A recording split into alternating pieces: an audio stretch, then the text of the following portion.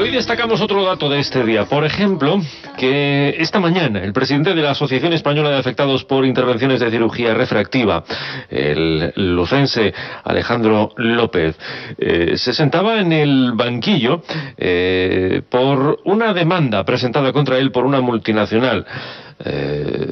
Este joven lucense ha denunciado a través de las redes sociales y a través de la asociación que él preside las secuelas que él mismo sufrió y otros pacientes han sufrido también por operaciones quirúrgicas de ese tipo. Cirugía refractiva, que una técnica que se usa recientemente en operaciones de miopía, astigmatismo o presbicia, por ejemplo.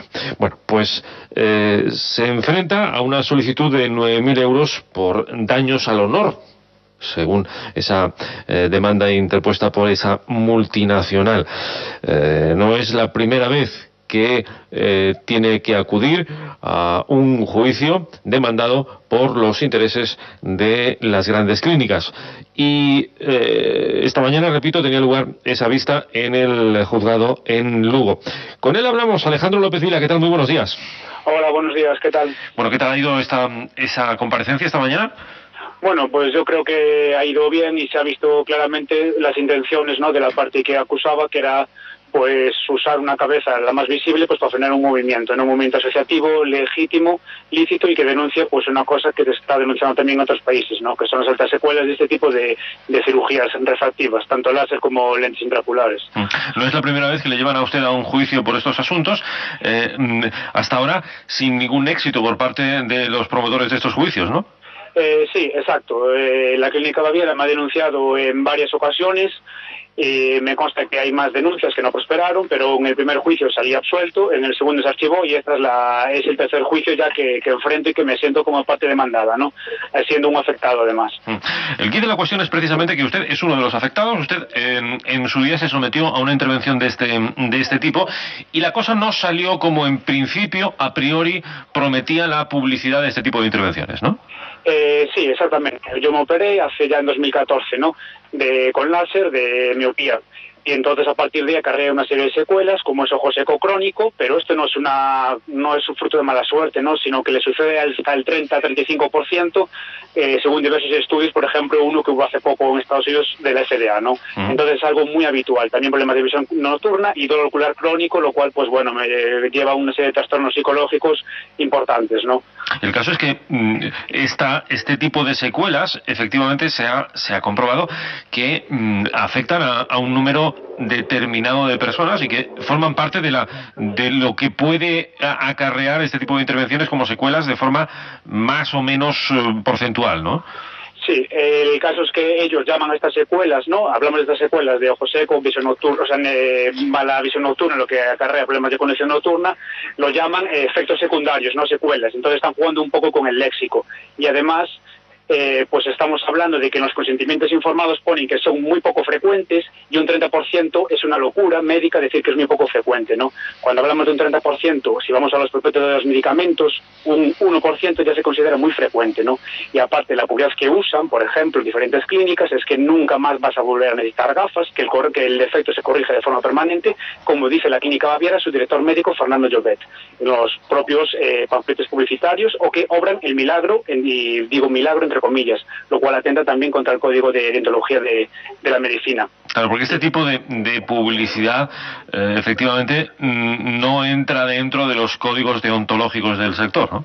No, incumplen el artículo 65 de publicidad, invito a la gente que lo lea, se puede comprobar cómo incumplen varios de ellos. De hecho, por ejemplo, el tema de la publicidad engañosa, o sea, sobredimensionar la esperanza, ¿no?, de las posibilidades de una cirugía, y más cuando hablamos de cirugías satisfactivas que no están justificadas médicamente, o por ejemplo no discernir entre lo que es el avance científico y un anuncio. Y de hecho Televisión Española en el programa de la mañana fue sancionada por publicidad encubierta por la competencia, por CNMC, y también a Tres Media, con más de 260.000 euros. Y en ambos anuncios, publireportajes, estaba la Clínica Baviera, y es por ello, pues bueno, que buscan, repito, pues un cabeza de turco, en este caso, pues soy yo, ¿no?, para frenar pues un movimiento que es muy amplio, y en España, que en un año contactamos con 1.000 afectados por unas cirugías con secuelas psicológicas y físicas graves. Bueno, hablamos de de este tipo de intervenciones en nuestro país, pero claro, este tipo de intervenciones novedosas tienen lugar desde hace algún tiempo también en otros muchos países. De hecho, usted acudió en su día, hace algún tiempo, al Parlamento inglés, precisamente porque allí también hay un movimiento importante en torno a ese tipo de intervenciones, ¿no? Sí, correcto. Hay que señalar que el Estado español es peculiar porque multiplica por 3 el número de intervenciones con respecto a países vecinos, también con el tema de la presbicia, que es el nuevo boom médico, es el que se está promocionando mucho en España y hay mucha gente afectada por lo de la presbicia. Y sí, estuvimos en el Parlamento británico junto a víctimas, activistas, afectados y diputados, entre ellos John McDonnell, que bueno, conocerán bastante bien, que es uno de los diputados más reputados históricos del Parlamento británico, y el cual, por cierto, escribió una carta de apoyo a mí, a mi persona y a la asociación, ¿no?, para dedicar a este juicio, porque también allí los activistas también fueron perseguidos por estas grandes empresas también, ¿no?, para silenciar pues este tipo de denuncias, y se hizo justicia en esos casos saliendo a suelto estas personas.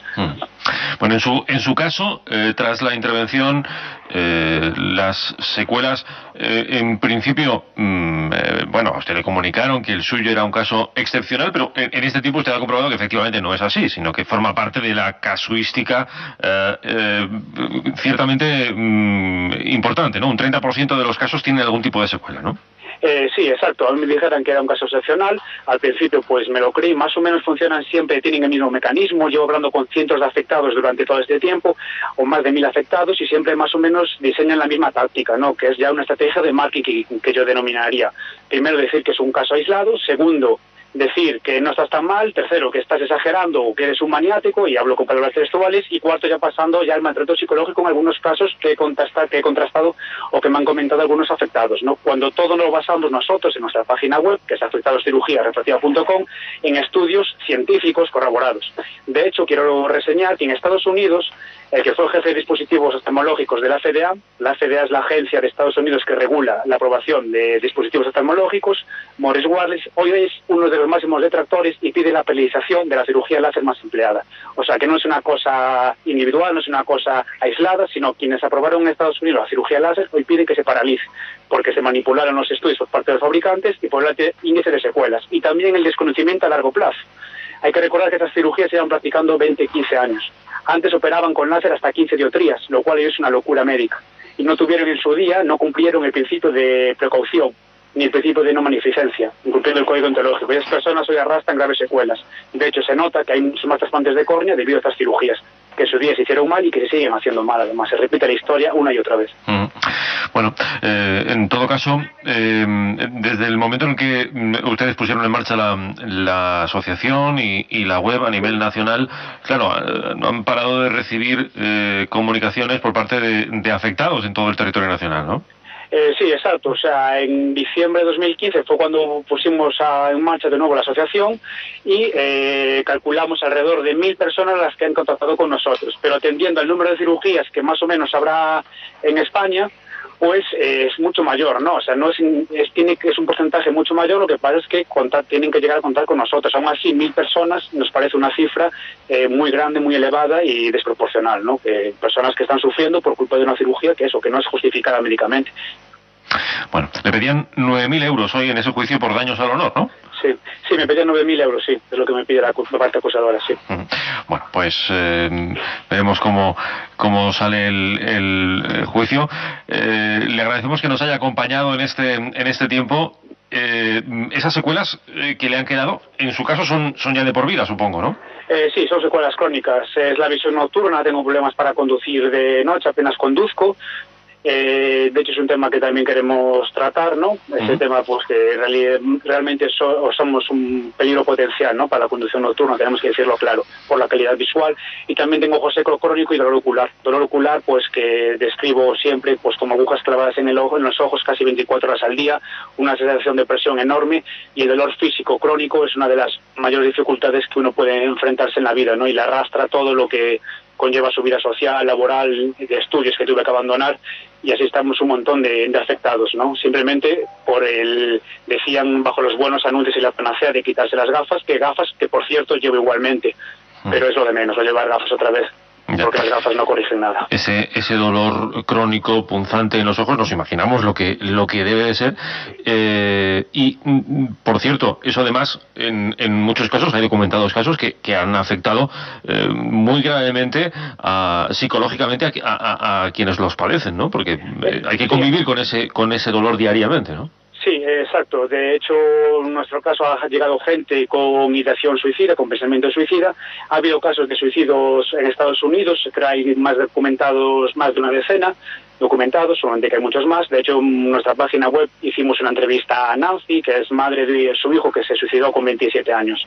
Y sí, ahí en España también hubo un caso de suicidio que todavía, estamos en contacto, queremos contactar porque sabemos que es en relación a este tema del dolor ocular en este caso. En otros casos también es pérdida de visión que se producen a largo plazo, ¿no? Mucha gente que igual el primer año, segundo año está contenta y de repente, de forma repentina, desarrolla pues este tipo de secuelas o de ectasia, que es una deformación corneal también. En su caso, Alejandro no solo ha tenido que padecer las consecuencias de esa intervención, sino que además ahora mismo está padeciendo también otras consecuencias, como son el hecho de que estas clínicas lo demanden a usted por daños al honor, por contar su historia y por poner una plataforma en la que otros como usted también la cuenten, ¿no?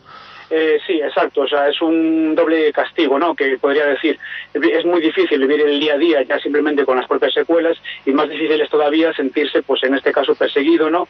Por dar pie o dar voz a una asociación, ¿no? Entonces sí que es muy complicado, pero hay que dejar claro que si este tipo de cirugías, que es el sector más lucrativo de la oftalmología y más controvertido desde hace mucho tiempo, en que usted lo pueden confirmar cualquier oftalmólogo que no se dedique al negocio, lo puede decir claramente, pues las pérdidas que podrían tener ciertas empresas o las empresas que se dedican a esto son enormes, ¿no? Porque es un caldo de cultivo de dinero fácil, rápido y sencillo, que es como anuncian ellos las operaciones, y así lo consiguen fácilmente el dinero. Alejandro López, presidente de la Asociación Española de Afectados por Cirugía Refractiva, gracias por acompañarnos en esta jornada. Suerte. Gracias a ustedes, muchas gracias.